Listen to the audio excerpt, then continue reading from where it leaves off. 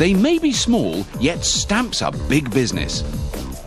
We make tens of millions here in the UK, but over in America, they churn out over 40 billion every year.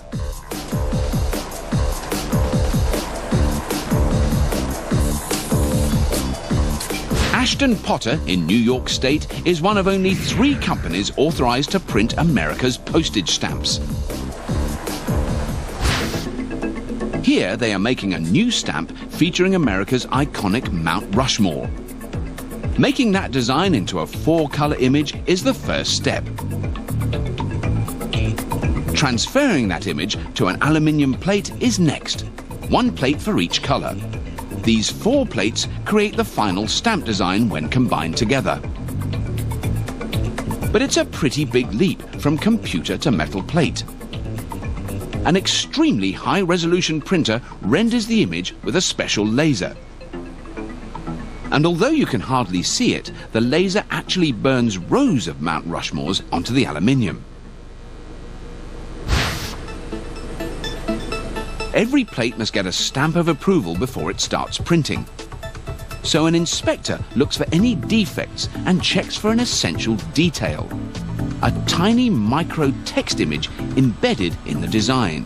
It's a foolproof mark for telling real stamps from fakes, and so small it's nearly impossible for forgers to copy.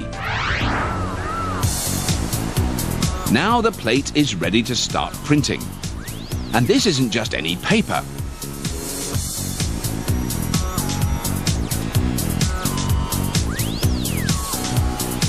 It's a hefty 550-kilo roll with a sticky back that allows for peeling stamps off easily. It's 4.5 kilometers long, but once loaded in, it'll be a giant roll of stamps in just 20 minutes.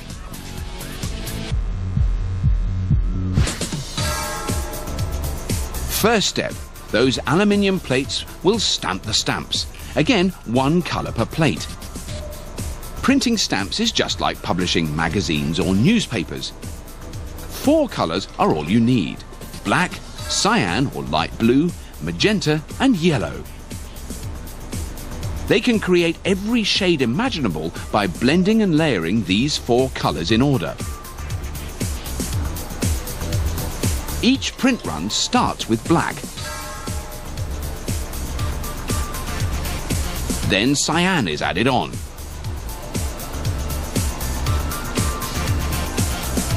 Next comes magenta.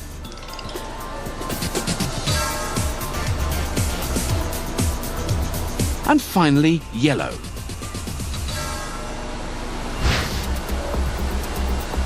No messy presidents here, no smudging allowed.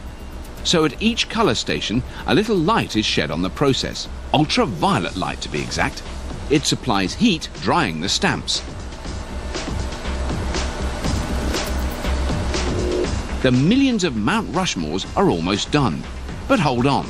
Since these mighty mountains are now worth real money, protecting the image against forgery is essential. By coating the stamps with a unique phosphoric ink pattern, this high-tech imprint can only be seen with a special light, not the naked eye. It's not just forgers that Ashton is after. They're on the lookout for defects too.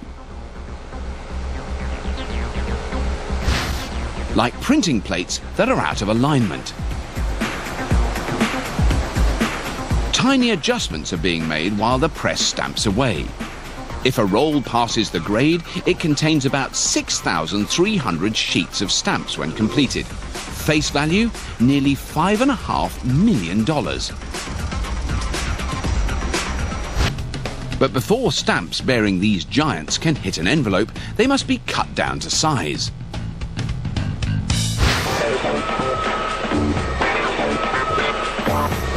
Sharp metal edges perforate a line between every stamp and then slice a small S pattern on the back, making each one easy to peel off.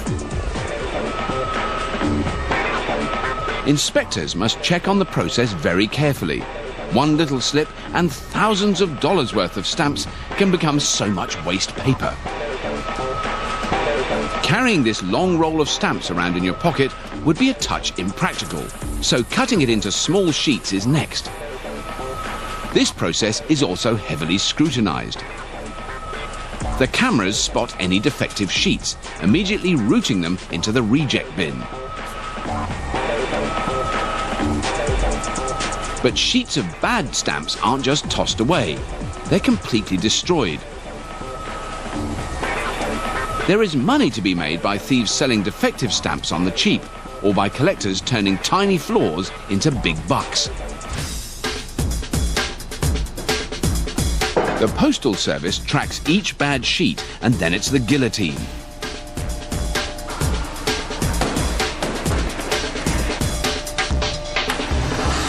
But this is only the beginning of the end. Next comes the shredder.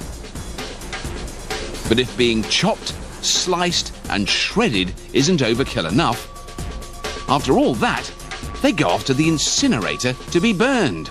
Take that, faulty stamps! Meanwhile, sheets making the cut are collected into stacks of 400. Another quick quality control check ensures they meet the grade. Then it's time for more cutting and trimming.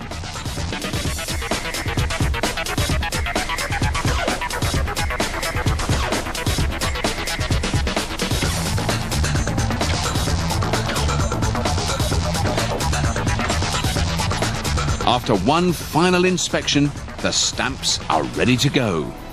Heat shrinks the plastic wrap to the stack like a second skin.